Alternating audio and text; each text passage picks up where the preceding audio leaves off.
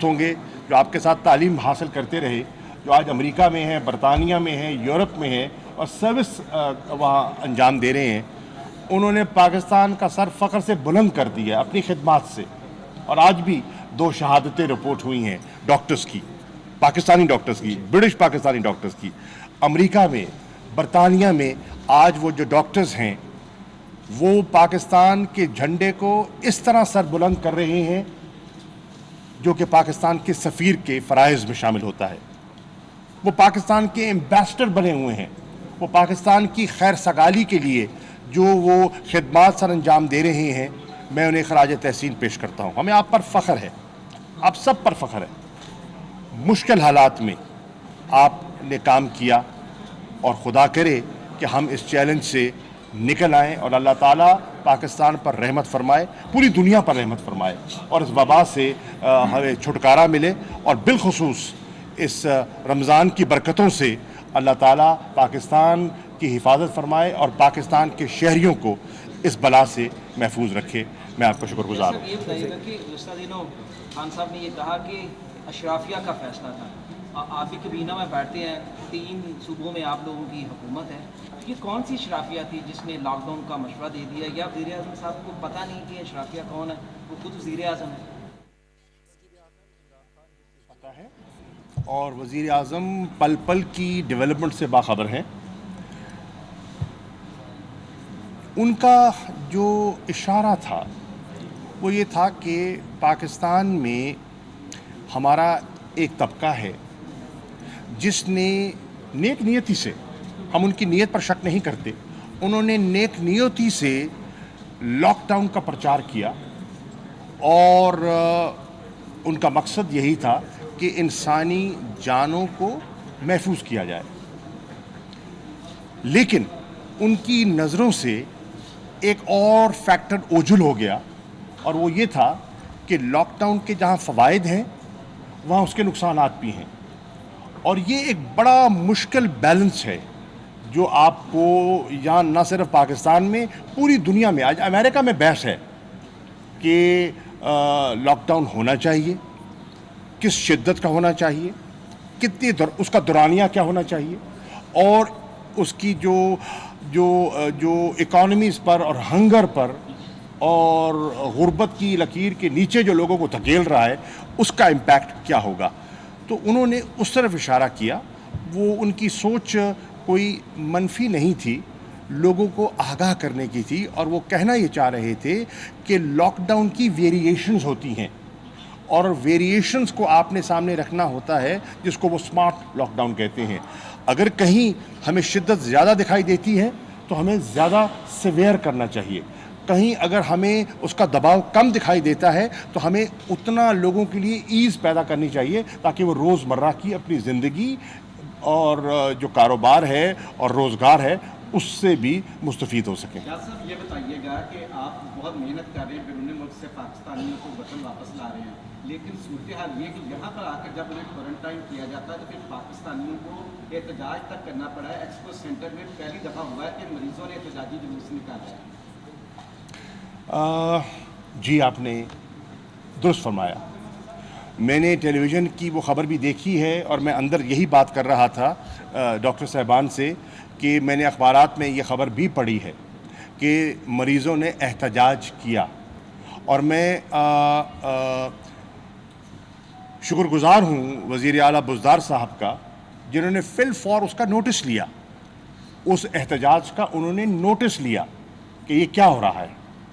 اور میں آپ کو یہ عرض کر سکتا ہوں اور یہ کہنا چاہوں گا کہ جب یہ آغاز ہوا تو سب سے بڑا کوارنٹین سینٹر جو پنجاب میں قائم کیا گیا وہ ملتان میں کیا گیا, اور سب سے بڑی تعداد میں آج تک جتنے مریض کسی کوارنٹین سینٹر میں ٹھہرے ہیں وہ ملتان میں ٹھہرے ہیں. 1250 مریضوں کو ملتان نے رکھا. وہ 15 دن تافتان رہے اور 15 دن ملتان, 1 مہینہ. اور خدا کے فضل و کرم سے جب ان کو ٹیسٹ کیا گیا اور وہ اپنا نیگیٹو ہو کے وہاں سے روانہ ہوئے تو وہ مطمئن گئے. تو اللہ کے فضل و کرم سے ان کی جس طرح دیکھ بھال کی گئی، میں نے ملتان کی انتظامیہ کو مبارکباد دی. ہمارے کمشنر، ہمارے ڈپٹی کمشنر، ہماری جتنی ٹیمز تھی وہاں، ہمارے ڈاکٹرز جو تھے، ہمارے وہاں سول ڈیفنس کے جو اہلکار جو وہاں کھڑے تھے، سول ڈیفنس کے، پولیس کے جو لوگ تھے، سب کو میں نے خراج تحسین پیش کیا. اور یقین جانیے اس میں سول ڈیفنس کے ایسے لوگ بھی تھے جن کو پچھلے 3 ماہ کی تنخواہ نہیں ملی تھی، 3 ماہ کی تنخواہ نہیں ملی تھی، لیکن انہوں نے پھر بھی ڈیوٹی سر انجام دی. تو میں امید کرتا ہوں کہ وزیر اعلیٰ اس چیز کا نوٹس لیں گے اور نوٹس لے کر دیکھیں گے کہ وہ لوگوں نے احتجاج کیا تو کیوں کیا. مجھے یاد ہے کہ میں وزیر اعظم کے ساتھ وہاں گیا تھا، ہمیں دکھایا گیا تھا جب ابھی مریض وہاں نہیں تھے، لیکن میں نے دیکھا تھا بظاہر تو وہ فیسلٹی بہت عمدہ دکھائی دے رہی تھی. اب یہ دیکھنے والی بات ہے کہ لوگ احتجاج کیوں کر رہے ہیں. اس رواں منتھ کے لاسٹ ویک میں پاکستان میں پیک آئے گا کرونا وائرس کا، یا in the first week of next month.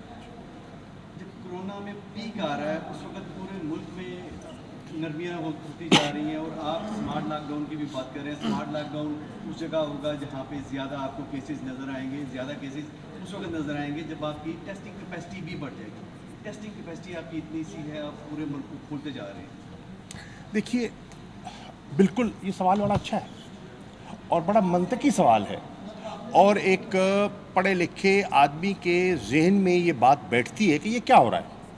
لیکن میں آپ کی خدمت میں عرض کرنا چاہوں گا کہ یہ کیوں کیا جا رہا ہے.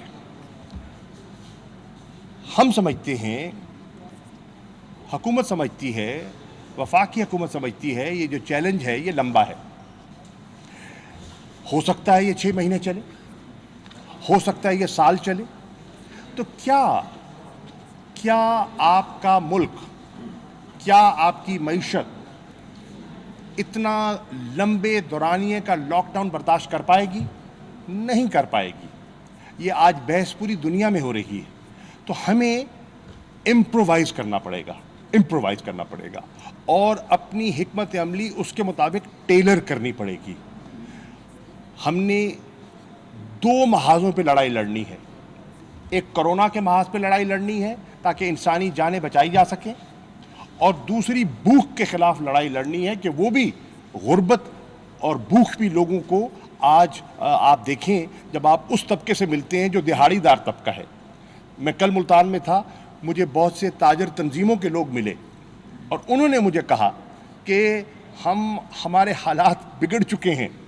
یہ پورے سال کی ہماری جو کمائی ہوتی ہے یہ عید کی ماہ رمضان کے مہینے میں ہماری سیلز ہوتی ہیں.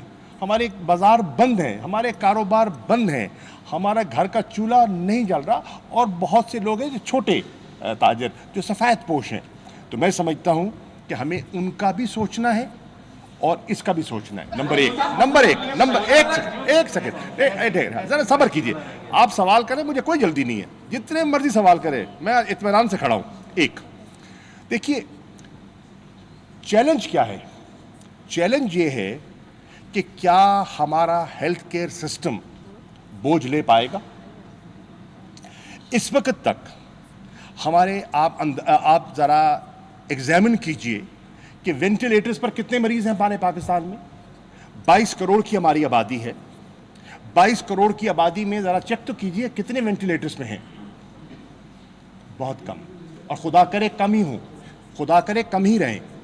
نمبر 1. نمبر 2، دنیا کی اسٹیٹسٹکس جو بتا رہی ہیں اور بہت سے ماہرین یہ بھی کہہ رہے ہیں کہ یہ بیماری آ بھی سکتی ہے، آپ کو چھو کر جا بھی سکتی ہے، اور آپ کو شاید محسوس بھی نہ ہو، یعنی کہ سمٹومیٹک بھی ہو سکتی ہے. ٹھیک. یہ ساری چیزوں کو جب آپ ذہن میں رکھتے ہیں تو نیشنل پلان جو ہے، نیشنل حکمت عملی جو ہے، وہ ایک تقریر پر یا ایک پریس کانفرنس پر نہیں ہوتی. آپ کو پوری ہولسٹک پکچر سامنے رکھنی ہوتی ہے اور تب فیصلے کرتے ہیں. وفاقی حکومت اور وزیر اعظم پاکستان اس ہولسٹک پکچر کو سامنے رکھ کر آگے بڑھ رہی ہے. ون ایٹ اے ٹائم آپ فیصلہ کر لیں. One at a time. چلے آپ پہلے ان کو کرنے دیں.